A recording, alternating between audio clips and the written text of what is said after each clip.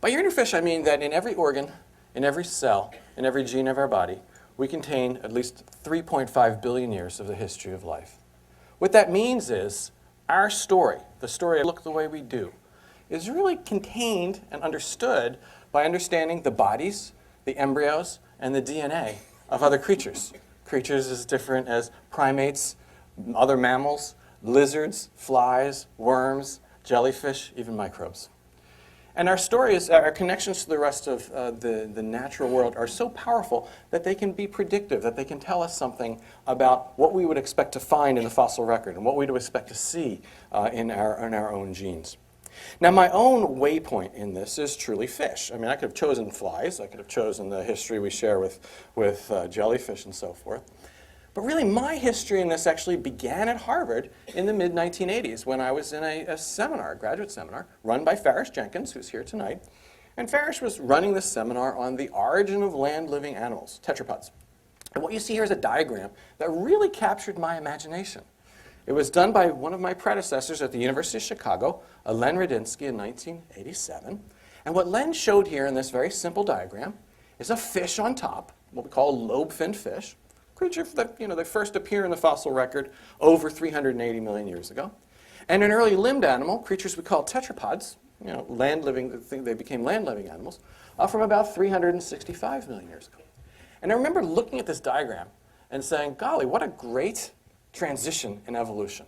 Going from water to land, changing in sort of the biological role of every organ in the body, from fins to limbs, changing the structure of the head, changing in dealing with water to dealing with gravity. Everything had to change. Can we understand this? How would we do that? So it was a great scientific puzzle that I wanted to explore. And really my first goal was to find fossils that really bridge this gap between lobe-finned fish and limbed animal. So what I did was I applied the rules that I learned from Farish when I was here at Harvard. And that is to discover new sites that contain important fossils about the history of life. You really look for places in the world that have three things.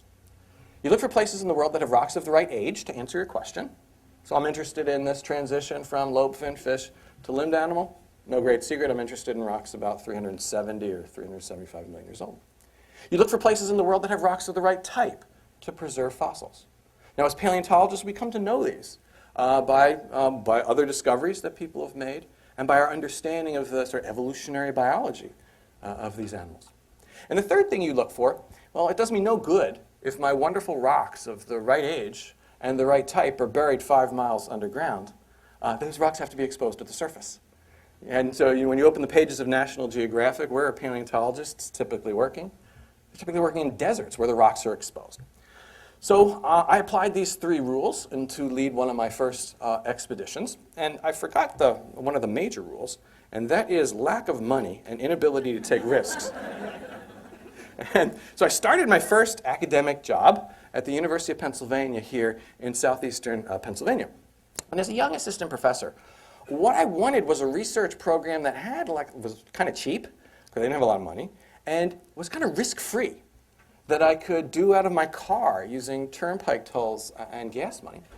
And in doing that, I applied my rules that I learned from Farish, and I looked at the geological map of Pennsylvania. You could see here. I stripped it of everything unimportant to show you the Devonian Age rocks that are extensively mapped across the state of Pennsylvania. Devonian is the age of fishes, and remember I was telling you that we were looking for rocks around 370 or so million years old. These are in that window. It got better when I looked at how these rocks formed. If you want to think about what Pennsylvania looked like 370 or so million years ago, get Pittsburgh, Harrisburg, and Philadelphia out of your brain and think Amazon Delta. What you had was sort of a series of highlands to the east and an inland sea to the west, kind of where Pittsburgh and Cleveland are today, and a series of rivers like the Amazon Delta that drained from east to west. Now, if you're a paleontologist interested in finding fossils that tell you about the transition from life in water to life on land, this is perfect because you can sample all kinds of ancient environments, from the ancient estuaries to meandering streams and point bar sediments and so forth. It's really ideal. There was another piece of good luck that happened to me then, is that a young graduate student joined my group to work with me, and that's Ted Daeschler, shown here. Ted and I worked in these rocks in Pennsylvania for a number of years, and we continue our collaboration today in the Arctic expeditions I'll describe for you a little later. Now, so I told you, Pennsylvania has rocks of the right age, rocks of the right type. I had this wonderful, promising graduate student, Ted Daeschler, to work with. There was one tragedy about being a paleontologist in Pennsylvania, is that it's not a desert. It's not known for its exposures. Indeed, my research program with Ted to find fossils became following the Pennsylvania Department of Transportation around when it decided to put in new roads. When PennDOT would put in a new road, what would it do? Well, they'd come out with their trucks and they'd blow stuff up with dynamite. That's perfect for me if they were blowing stuff up in areas where Devonian rock was exposed. So this is an area here. This is called Red Hill, Pennsylvania. The name's not particularly clever because it's a red hill in Pennsylvania. It's about an hour north of State College. And here you see, you can see the strata or the layers here. And these represent cross-sections of ancient streams as they dried up, as they filled up with water, as they meandered around. And if you looked at these in cross-section, they really would look really real streams with pebbles on the inside and fine grains on the outside and so forth. And here you see our cars for scale and a human being. And the research for scale, and the research was climbing all over these cliffs finding fossils. Well, we started this in like 1991. And we were climbing all over these hills, and we started almost immediately to find cool stuff. Teeth the size of railroad spikes. We started to find jaws of these creatures. I'm just going to show you Ted holding one of these front jaws. Jaws as long as your arm. This is the front end of one of these things. So these teeth the size of your thumb were sticking out of a jaw the length of your arm. Remarkably horrible creatures, 16 feet long, that we were discovering in pieces. All kinds of other fish were coming out. Here's a sidewall of a fish, so its body armor here. A little bit of its head all kind of squashed up. But this is a lobe-finned fish. Remember that fish I showed you on the cartoon in the beginning? This is a version of one of those things. And then, pretty soon, we started to find limb bones of early tetrapods, early limbed animals. And here's one here shown in 6 different views. It's one bone. I'm showing it like as we do in a scientific publication, sort of oriented in the ways that are maximally informative for my colleagues. And here's a reconstruction. And if you're going to find one bone of a limbed animal, humerus is a great one. Shoulder's another good one. But the humerus can tell you a lot about the posture if it's well preserved. So this particular bone, even though it was a single bone, was remarkably informative for us.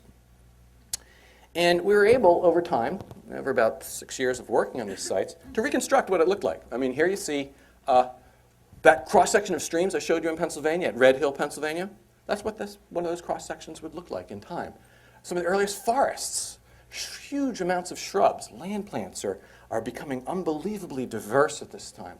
It's a small, shallow, sort of meandering stream with that giant monstrous fish. Remember I showed you the teeth of it before?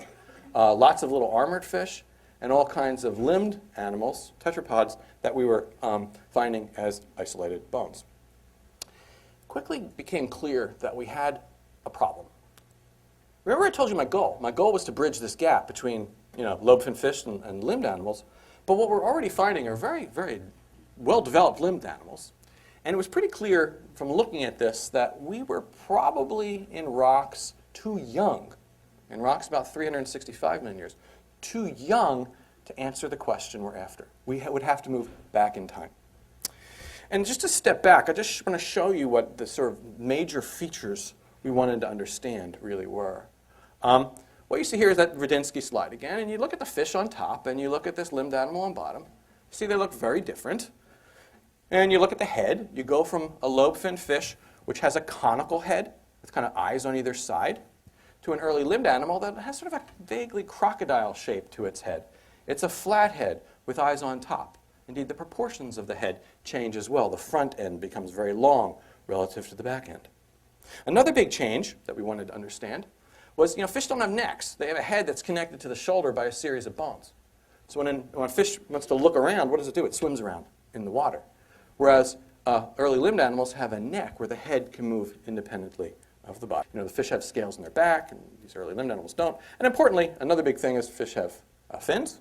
And these early limbed animals, as the name implies, have limbs with fingers and toes and wrists and ankles. In working in Pennsylvania, we were finding lots of these things in bits and pieces, but no whole skeletons. And we really weren't finding creatures that were sort of helping us bridge this gap. And in fact, I could spend the whole talk tonight telling you the differences between these different groups, and we weren't really making a whole lot of headway there. Because what we wanted to do was really find a creature that in the evolutionary tree, here's limbed animals, so you're one of those right up here, that are sort of closely related to them.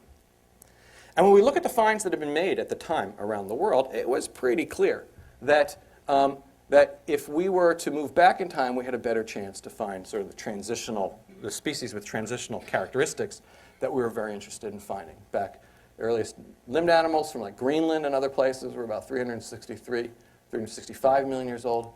And then the other creatures first appear about 390, 380 million years ago. Some of them continue up in the fossil record, but that's their first appearances are. So it became clear we had to shift our focus. And so what did we do? We applied our rules, looking for places in the world that had rocks of the right age, rocks of the right type, and exposures. Dug out geological maps, all kinds of stuff. We had plans to work in Brazil, Antarctica, Western North America. Then everything changed one day in my office in the winter of 1998. Ted and I were having an argument or a discussion. We were trying to it was an argument. There was a point of fact that we had to find out. So I pulled out an undergraduate geology textbook that was in my office, this one. Dot and Batten, it's the second edition. It's now, I think, in the 8th or 9th edition. Settled the debate, and in paging through the textbook, he and I were just chewing the fat, and to while away the time, I was just sort of paging through the textbook. He had a figure in Dot and Batten, this textbook, which sort of captures what we look for in a nutshell. So let me spend a second on it, because it's very relevant. The title of this illustration is Upper Devonian Sedimentary Facies, which mean rocks that could be of the right age and of kind of the right type, could be of the right type to preserve the fossils we're interested in. And you see a map of North America here, right? There's Greenland. And superimposed on that map is an interpretation of the environments that these Devonian Age rocks formed in. So the legend goes that these were formed in an ancient seaway. But then Dot and Batten, in this diagram, identified 3 areas that had ancient delta systems like the Amazon today.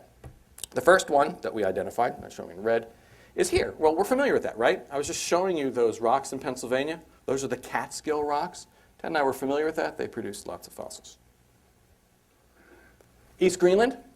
This is where one of those limbed animals I showed you before came from. Very famous from studies done in the 20s and 30s. Well-known and very productive in fossils. And then what stopped us dead in our tracks this morning was this, extending 1,500 kilometers east to west across the Canadian Arctic, a huge, vast expanse of mapped Devonian Age rock formed in ancient delta systems, completely and very importantly unexplored by any of our colleagues. That's another important variable if you want. Okay, so we're really excited. So indulge me as I go on a little history about these rocks. And it's truly fascinating. And it begins with one of the great exploration vessels of all time, the Norwegian vessel, the Fram, which in Norwegian means forward. It was designed by Colin Archer under the inspiration of the great explorer Nansen. And this is the Fram here. Nansen worked with Archer to design the Fram to take him on a run in the late 1800s to farthest north, towards the North Pole. And it was designed to flow with the ice currents, so it's a very, very strong ship. About 20 years later, or 30 years later, this ship was to become famous again as it carried Amundsen on his successful conquest of the South Pole. So it did farthest north for a period of time, and it did farthest south for all time. Really remarkable vessel. In the interim, it carried this crew up to what's today the Canadian Arctic. It was led by this gentleman, Otto Sverdrup. He does not look like a very humorous man, not a whole lot of jokes, I would imagine, in the Sverdrup crew. But he carried this sort of hardy bunch of Norwegians who overwintered for several years in what became known as the Canadian Arctic. And as they overwintered, there were a number of naturalists, just like Darwin and so forth, who would get off the ship and map the geology, collect the bugs, the plants, and so forth. Important here, and one of the heroes of our story, is this young man here, Farish A. So what they did was they overwintered. This is the map of what they did, and it was an expedition that ran from 98 to 02. And they spent time on these fjords here on southern Ellesmere Island. And I can only imagine what overwintering at that time was like in this vessel. And at that time, Shy, a young man of about 28, would get out of the ship and collect rocks. Well, he did more than collect rocks. Turns out, during this interval, he collected, in this little fjord here, which he mapped, okay, pieces of fish, little bones of fish that he mapped out. And they were, he kept them in his log notes and so forth, and there they sat until they were essentially lost to science for a period of time. And unfortunately, one of the tragedies here is Farish A was to pass away young, soon after returning from the Fram expedition in 1904. He returned in 1902. I think he passed away in 1904. Cut to 70 years later, when this gentleman, Ashton Embry, a great geological mapper of the Canadian Arctic, out of the Canadian Geological Survey in Calgary, Ashton was charged with mapping the age of the rocks and the deposition of the rocks and the stratigraphy and layers of the rocks across the Canadian Arctic. And he produced a marvelous paper, which we found this morning in 1998. And this is the title. It's got this hard title to say, a Middle Upper Devonian Clastic Wedge of the Franklinian Geosyncline, Embryon Clovan, 1974. You say, why am I showing you this? Well, one page of this launched our expedition up to the Arctic, and this is the page. And there were two pieces of it that were relevant. The first is, when he talked about the age of the rocks up there, he said, the available data indicate an age of early to middle Fronian. To translate that for you, remember the question mark I showed you before? The age of these rocks is at the question mark. Then there was one that really stopped us dead in their tracks. It says, the Fram Formation is similar to the Catskill Formation of Pennsylvania. Okay? And it's unexplored, and if it's in the Arctic, there's not a lot of plants on it, it's probably exposed. We're out of here. And this photo caught our eye. And this is the kind of exposure you look for if you're a vertebrate paleontologist, because you just want to crawl over that thing and look for the little bits of bone that are weathering out of the surface. And so this is what Ashton did. So we're working what's today Nunavut. There's the North Pole. There's the flag of Nunavut. There's the Nunavut territory right here, which I'm going around with my pointer. And let's zoom in. Let's zoom in on Ellesmere Island here. This is Ellesmere in the zoom right here. And he mapped across Ellesmere and all the way to the western part of the Arctic these exposures of Devonian Age rocks. And he named the key formation that's similar to the Catskill of Pennsylvania, the Fram Formation, after the Norwegian vessel. So Ted and I found all this in the winter of 1998. And we really, in this morning, we dug all this stuff out, and we were literally shaking. I mean, as a paleontologist, it's rare that you get something like this completely handed to you. So we did what anybody under such circumstances would do. We went to lunch. And we went to Chinese for lunch, and I had my Kung Pao chicken with the hot and sour soup, and I got a fortune cookie. And the fortune cookie said, soon you will be at the top of the world. All right, we're out of here. All right, now there's a challenge, though, because this is not like where I drive my Subaru wagon to central Pennsylvania. I mean, what we're doing is going, here, okay? It's all the way up there. It's daylight 24 hours a day in the summer. It's far away from anything. There are polar bears up there. Polar bears eat people if you're not careful. It's a hazardous place to work. I mean, to give you a sense of things, here's the nearest town to our sites. It's about 200 or so miles away, and this is a picture of that town of 170 people in spring. Okay, so a lot of challenges. So the subtext here, though, is if you want to pull something like this off, experience. And importantly, there was one person who has made a career out of exploration in the Arctic, particularly doing vertebrate paleontology, who had the toolkit, the patience, the expertise, and the persistence to help us pull this off. So I called Farish Jenkins here at Harvard University, my mentor. And Farish and I had always talked about working together, and I ran this idea by Farish, and he said, oh, let's go. It's like, yes. And so now the team was set. Farish, Ted, and me, we're going to the Arctic. This gives you a sense of what life is it's like working up there. Here, Farish and I are soaked to the bone. It's probably just sub-freezing. We're trying to wrap fossils in plaster, which is probably not working at all well. But look at our faces. We're smiling because we're happy because we're finding fossils. That's the spirit of that collaboration. Now, so to get around here, we use this sort of very fine and sort of long supply chain, which is a sort of a fine interplay between aircraft that can land on the tundra, Twin Otter, and helicopters, since we're really far out there. And this actually constrains the kind of science we can do. Because we can't bring a big crew. This is kind of like what stuff looks like before we pack it into the plane. These are the people. We do bring a small amount of stuff. We bring a small number of people, and they all tend to be small. So that we optimized the weights, except for me. I'm usually kind of overweight by the time we go. I lose a lot of weight there. But this is our food. We pack it in these tubs and so forth. And so weight is a precious commodity. And so what we have to do is when we're in the field, we have to make very careful decisions about what comes home with us. Because fossils are rocks, and rocks are heavy. And we can't get everything home that we find. So we were so excited, and we started in 1999. So we had the fortune cookie in 1998. We went there in 1999, and the decision, for a lot of reasons, some of them logistic, was to work in the western part of the Arctic. And we went to here, Melville Island and Bathurst Island. This is what camp looks like. We each have our own personal tents. They withstand high winds. This is the kitchen tent. It doesn't withstand as high winds, but it's a very nice tent. And what we do is, we tend to camp near snowfields, drink the water right out of the snowfields, and then walk. Spend our days just walking for the exploration, just going over this bedrock here. And what we're doing as we're looking at this bedrock is trying to see where bones are weathering out in hopes that we can perhaps find a layer. This 1999 season was a failure, but a useful failure. It told us not to go to the western part of the Arctic. Because basically what we were in was sort of the ancient sea. We had to move back into the streams. That is, to move upstream meant moving east to Ellesmere Island.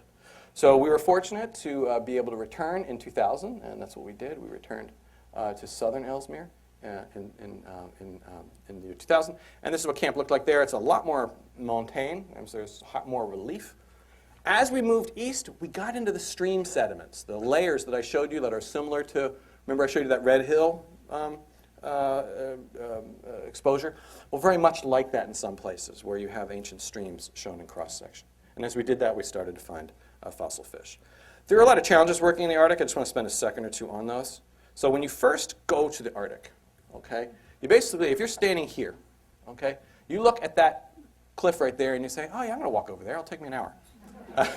No. There are no trees for perspective.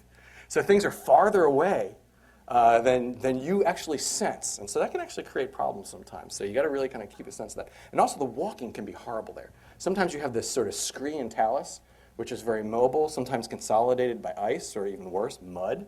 I've spent many a time having sunk in the mud up to my knee, actually one time up to my waist, which was no fun. But none of this is actually easy walking. It's harder to work there than you can imagine. My summer home, just like everybody else in the field crew here, is a tent, which usually, and this was in a year where we had pretty bad storm, where we would build wind walls to hold the tents up.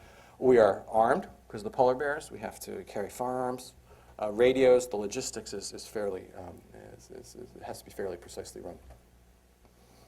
So this is a picture of me last year, and I'll show you what we want to look for. We were walking around, Farish and I were up here last year, actually, and I just thought this would make a great slide of what we look for. And what we look for is this. You see, I'm standing here. That's me. This is the rock, and there's fossils coming out of these rocks. You see everything that's shining here? This is a trail of bone that's weathering out of the cliff. That's what you look for. Because then when you look carefully at it, what you'll see is, here's like the mud and the rock, but each of these things that looks different from that is more or less bone.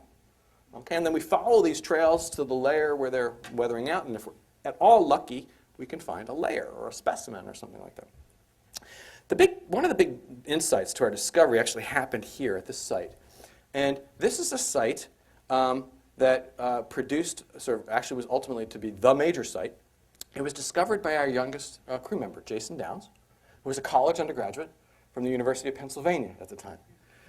This is the site that Jason was to discover a few hours before he discovered it. Somewhat later, about 5 hours later, Jason was to walk over this layer right here. We didn't know it at the time. We had returned to camp, and we were all sitting in the kitchen tent. 7 o'clock was rolling along. We were making dinner. And somebody asked, where's Jason? I said, well, I don't know where Jason. I haven't seen him. That's a problem. Our youngest field crew member got separated. We usually go out in pairs. Nobody saw Jason by dinner time. And we were actually getting quite worried. We were actually a little more worried when we hear these footsteps coming up to the tent, zipper opening, zip, zip. Jason runs in, and his eyes are like orbs. And, is he being chased by a polar bear? What's happening? But it became very clear what was going on Because in every pocket of his parka and in his rain pants were fossil bones. And he was pulling them out on the table. And bone after bone after bone, handfuls of these things shown here, which are these are lungfish plates, lobe-finned fish bones. So it was dinner time, but it's daylight 24 hours in the Arctic. Dinner could wait. We grabbed chocolate bars or whatever else, and we ran to Jason's site. This is us that night, probably around 11 or midnight, something like that. Crawling Jason's site. So basically what happened is Jason walked over this layer. You see it's sort of greenish here? It's greenish in part because there was a carpet of fish bones, thousands of them, and we were just picking them up. And the challenge here was to trace this up to a layer that we can dig in and maybe find articulated specimens. It turned out not to be easy to do that. Nothing, by the way, if you get the message, is easy in the Arctic. And the problem here is, see these cracks? You'd think following these bones up to a layer would be easy. But what you have in the Arctic is, in the winter, it's really, really cold. And in the summer, it's less really, really cold. So you go through this cycle of a really, really cold, less really, really cold, really, really cold, and freeze-thaw goes on, and it churns the upper layers. And as it churns those upper layers, as a paleontologist, it makes finding the layers very difficult. You have to sit with it for a while, and it took us a while, actually, to learn that. But find it we did. Here's Ted and Corwin Sullivan, a Harvard graduate student, who, when they found the layers, and here you see the layers as they're exposed. And as Jason's site was exposed, his layer turned out to be those thousands of bones were produced by fragments of skeletons. Some of them articulated, some of them partial fragments, piled one on top of the other. Whole fish skeletons. It was really, really, really, really wonderful. So what we did is open this up. This is what the site looked like in 2006. Opened up as a big hole. But the real discovery of one of the main specimens happened in a remarkable year. We almost did not return to the Arctic in 2004 because we weren't being successful. We decided to return, just give it one more try. And in the 5th day of the field season, it took us a while to get out in the field that year. The 5th day of the field season, we were digging in Jason's lair. And my colleague, who's back, you see here, Steve Gatesy, who's at Brown University, was pulling rocks. And he pulled a rock from right here. He said, hey guys, what's this? We looked at it, and we saw, well, here's the rock. And so here, see, this is bone. So here, this V-shaped thing. See, it's like a V. There's a little seam there. Turns out that's an upside-down snout of a flat-headed fish.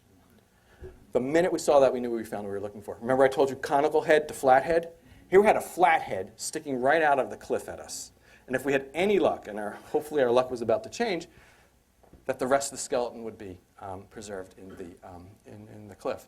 And Steve did an absolutely masterful job. He's an artist, and he was able to do this really beautifully, to sort of etch around it. So we didn't take the bone out, not exposing the bone, but just to rough it out so that it can come home as a boulder. As we did that, here's Farish's back. A specimen opened up on Farish's back. I was working down at the bottom of the hill, somewhere like 3 feet under me, on my feet here. I found another specimen. We had 3 wonderful specimens of this flat-headed fish, ranging in size from about 4 feet long to one. It's partial, but would have been about 9 feet long, complete. Now the challenge here for us became to get these things home. And they come home, in a helicopter, so they get wrapped in plaster for the trip home. And then they arrive back to the prep lab. And it's really in the prep lab where the preparators, working under a microscope with tools, expose the bone from the rock grain by grain. Let's look at Steve's specimen. Remember that little V thing I showed you before? It returned to the lab, and the preparator, Fred Mollison, in this case in Philadelphia, was using a pin vise with a needle like this, removing the rock grain by grain. And here you see Steve's specimen. You see the top of the head sort of emerging here. There's an eye, and there's an eye hole. We call them orbits. Several months go by. This does not go quickly, okay? Several months go by, and here's the flathead. See the flathead? There's the lower jaw. There's the flathead. There's one orbit. There's another orbit. Hey, it looks like we're getting a shoulder. There's another shoulder here. Hey, but there's nothing connecting the shoulder. Maybe this thing has a neck. This thing is revealing itself over time in specimens that are being prepared out. And just to give you the take-home, here's a fish. Here's a tetrapod. Here's the new fish. This is the type specimen, so it's a creature that in totality would be about 4 feet long. We basically have it from the tip of the snout to the pelvis, to the hip. We don't have the tail. But you can see scales in its back, okay, like a fish, and there's a whole row of them, beautifully interdigitating. Here's a fin with the fin rays, okay? But like an early limbed animal, it has the limbed animal proportions, a flat head more or less with eyes on top, long front end of the skull, short back end of the skull, has a neck where the head is separate from the shoulder. And what became really amazing is when we flipped this thing over and looked inside the fin webbing, we saw bones that correspond to our shoulder, elbow, even portions of our wrist, two portions, what we call the proximal carpus and distal carpus. Here was found at the right time in the fossil record, at the question mark, was a transitional species between fish and land-living animals. So this is the creature here. And just to review, so like a lobe-fin fish, it has fins with fin rays, it has scales on its back, primitive jaws, lots of other features too. And like a land-living animal, it has a neck and sort of a proto-wrists, put quotes around that, flat head and sort of limb proportions of the early limbed animals, expanded ribs, which I'll show you in a second. Now, Farish and Ted and I knew exactly what we had. We were really excited. And we wanted to give the creature, and by the way, as discoverers, we're given the privilege of naming it. And we wanted, there was a decision that the name should be part of a naming project with the Inuit people, because we were working up in the Arctic at the pleasure of the Inuit people. And we wanted a name that's meaningful to them and to us. So we engaged the Nunavut Inuit Community of Elders, which is the group right here, for a naming project to come up with a name that met two parameters. One, that it's a name that's meaningful to them and to us, and two, is a name that we could pronounce. And the name of the committee did not lend me a lot of confidence that we could pronounce it. So I was tasked to be the liaison in this case, so I was calling and I would talk to this guy, and it was surprisingly difficult to describe it in a meaningful way because they had no concept for fossils. So the first conversations were like, well, we found a fish. We want you to name it. Okay. I said, we found the fish and it's a fossil. We found it in rocks. Long pause. Hunters don't find fish in rocks. They're in the ocean. That kind of thing. So it took us a while to get to it. It was actually kind of frustrating. And finally he said, look, just tell me what it is and what it looked like. I said, well, it's a large freshwater fish. He said, oh, why'd you say so? You got yourself a Tiktaalik. I said, a Tiktaalik? What's that? He said, it's the large freshwater fish. So I was like, so there you go. There was another synonym for it, but we ended up going with Tiktaalik. So we had a number of these Tiktaaliks by getting prepared out. And what was beautiful about it is that we had a lot of specimens. And a lot of specimens, not a lot, 3 or 4 good ones, that we could take apart. And this is an underside of a skull. So you're looking at the lower end of the jaws here. And we could take it apart and begin to see what the fin looked like inside, taking all the bones out. And this is where the preparator's work becomes really essential. Because the preparator has to sit here with a needle and remove this thing and then clean it off months at a time, each bone individually. And that's exactly what happened. And this is what the fin of Tiktaalik looks like. It's upside down, but here's the shoulder up top here. This is the upper arm bone, the humerus. Has 2 bones, just like we do, radius and ulna here, and then a series of bones we call distal further away. And we were able, the preparators at least, were able to show us what the joints looked like. Here's the shoulder joint of Tiktaalik. It's got a ball and socket, but then it's got this funny sort of little cam stop up there, which tells us how motion was restricted in certain ways. Here's the elbow of this fish. This is the end of the arm bone, the humerus, and a facet or a space area where the radius and ulna would fit in. It tells us how this thing would bend, how it would flex. And then the mobile sort of wristy areas. And so what we can do is begin to think about this thing as an animal that's built to support itself on its appendages, that it's uniquely able to flex at the elbow and sort of extend itself at the wrist area. Think about when you do a push-up. What happens? You have a palm that lies flush against the ground, and you're pushing off with your pectoral muscles, right? And you're extending your elbow. That's exactly what Tiktaalik was capable of doing, because we can see from a massive pectoral musculature, and the motions of the fin are able to do that. In a fin that also has fin rays, so it's sort of a dual-purpose organ. And so this is a reconstruction of what we had of Tiktaalik in 1996. So you can see this creature with a flat head with eyes on top, has a pair of nostrils in front here, has a neck where the head is separated from the shoulder, big massive shoulder, a fin with fin rays and a humerus, radius ulna, shoulder, elbow, even portions of a wrist. This was a true surprise, seeing these massive ribs of this thing that interdigitate with one another, suggesting that this animal it's undergoing sort of gravitational stress, that it has to support the body or the abdomen under a load. Really remarkable animal. And so the other thing is, if you look at the transitions here, so fish don't have necks. This is a lobe-finned fish. And you'll see it has this sort of flat, bony flap here, the operculum, which serves as a pump that pumps water across the gills. If you look at land-living animals, they have a neck, and they've lost that operculum, which moves the water across the gills. And the whole proportion of the head has changed. Tiktaalik is wonderfully intermediate in these regards, not only in the proportions, but also in the fact that it lost the operculum, and clearly has a mobile neck of sorts. So it's a remarkable system. What we're seeing is a coordinated change of evolutionary changes that affect mobility of the head, support of the body, and breathing, respiration. A shift in the operculum suggests a shift in breathing. So there are a number of ideas about how Tiktaalik could have functioned. It could function on the water bottom as a benthic creature. It could function on the mud flats and the shallows as a creature on the margin. So it's really wonderful for us to see, here we had this gap in the fossil record. By targeting fossil discoveries to key times in the record, we can begin to fill that gap by fossil discoveries. And so you can ask the question, who cares, right? How is this fish to tetrapod transition relevant to anything? And it gives you many answers. But one important one is very personal for all of us. That is, when I'm talking about the origin of a neck in a creature like Tiktaalik, which we see in Tiktaalik and its evolutionary cousins, we're talking about something that was to become our own neck. When I'm talking about the origin of a sort of a mobile wrist, proto-wrist in a creature like Tiktaalik, it's something that's going to become our true wrist. So we're seeing many of the features that are evolving at this transition are actually important parts of our own evolutionary history. And indeed, we can trace these things from a fish to humans quite nicely.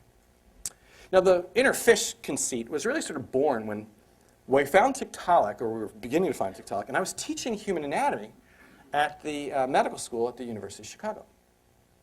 And I was the course director for years, and I had taken human anatomy here with Farish, Jenkins, and Lee Gerke at the wonderful Health Sciences and Technology Harvard-MIT program. And it didn't feel unusual for me to be a paleontologist teaching anatomy, because that's my tradition. But I remember when I started teaching anatomy, and you think about anatomy for a second. This is a very formative course in the first year life of a medical student. And this is where they see the human body for the first time in a cadaver, where they learn thousands of new names and new structures, really encounter many things, from the body to mortality, for the first time for many of them. Very stressful experience. It was very stressful for me because I'd never taught the course before. And so I was in the first few weeks, I'd be talking to the students around the tables. You spend a lot of time talking to the students around the dissecting table. And the students would almost uniformly ask me, what kind of doctor are you? Are you a surgeon? Are you a cardiologist? I said, well, I'm a fish paleontologist. They're like, yeah, I want my money back kind of look is what I get. But it became really clear, being a paleontologist, and not only that, a fish paleontologist, is a very powerful way to teach human anatomy. Because the basic roadmaps of much of our body, the way our limbs put together, the way our head is put together, the basic organization of so much of us is first seen in fish. And fish are the basic roadmap for who we are, and our own appendages, our guts, our brains, our nervous system, and so forth. And this is abundantly clear at the most stressful moment of human anatomy. The most stressful moment of the human anatomy course is where students sort of look at the syllabus, they see they're halfway done with the course, and they have to begin the head. The head is an area that contains as much anatomy as the whole from the neck down. And that all that anatomy is in a very small box.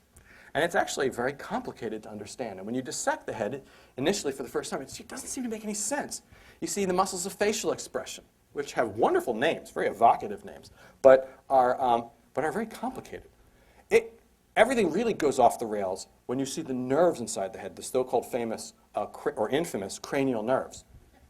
There are 12 of these things, and this is one. This is a particularly complicated one. These are the names of this branch of this one cranial nerve, the trigeminal. There are a bunch of them.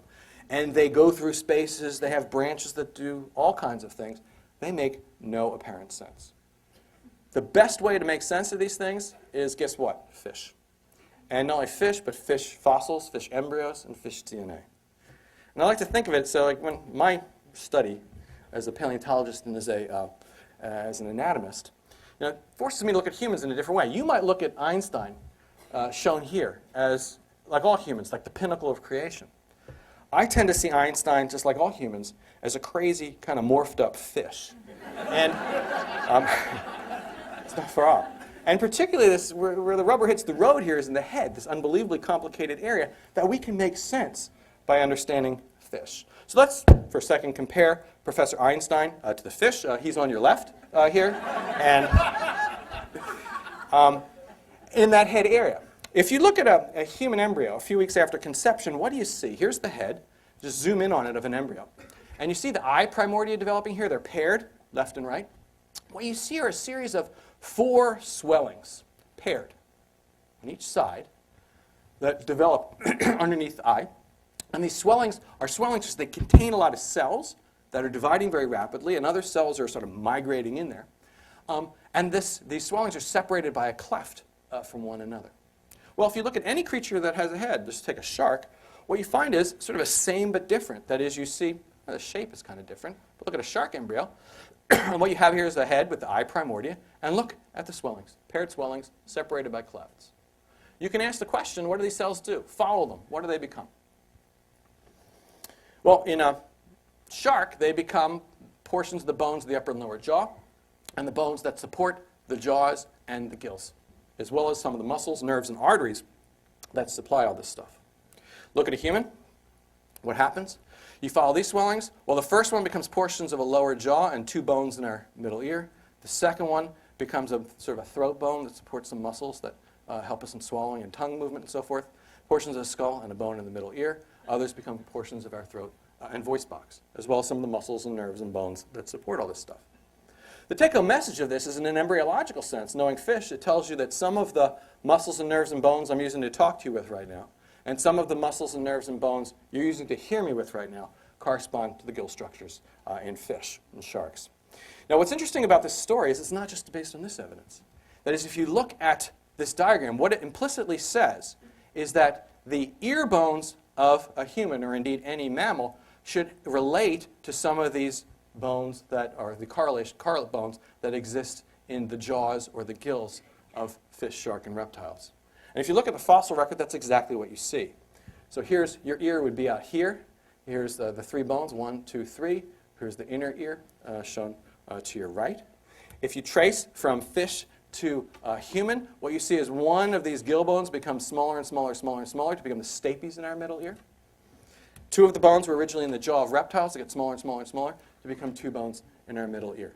So just following what we see in the development, we actually see in fossils the same transformation. The only way this makes sense is because of the shared evolutionary history that we have with fish and reptiles and other things. But why stop at fish?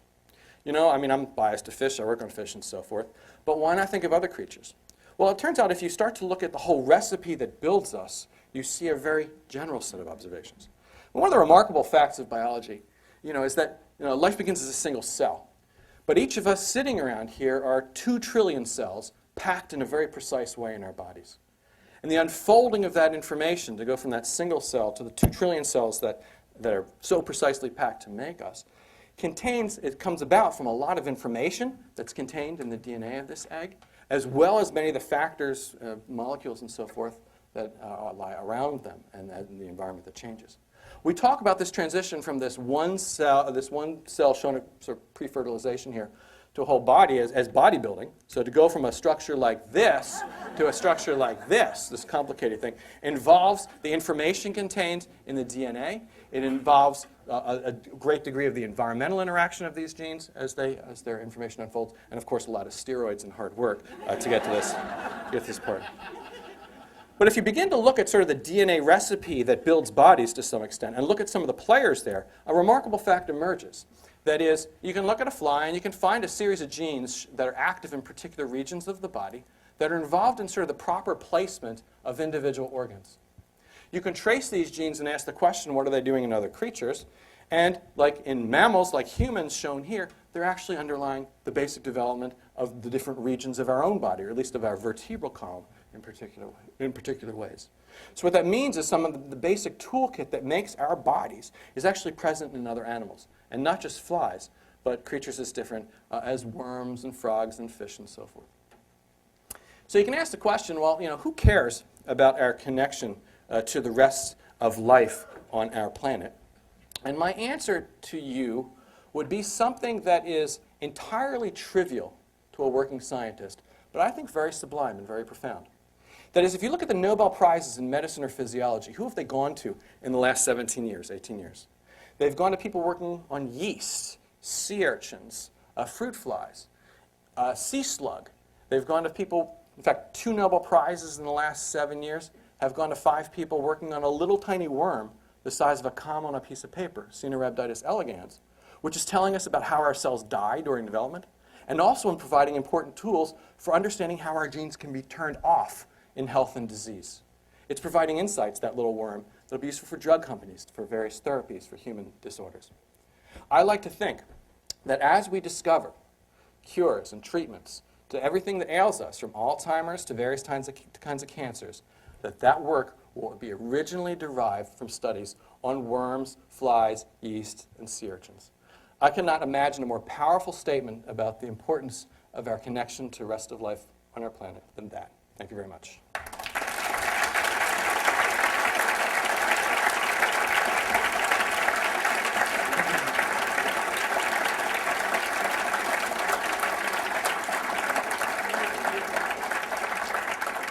Thank you. I do want to close, actually, I want to close with one other thing, and that is the coincidences that life presents us from time to time. You remember this diagram from Ashton Embry that shows his picture he took of that site that got us there? He sent it to us one year as a color photograph. We're sitting at the Tiktaalik site one year, and Ted says, golly, I think I've seen this place before. Now, this is 6 years. I'm traveling around all over the Arctic. That's the Tiktaalik site right there. We ended up where it all began.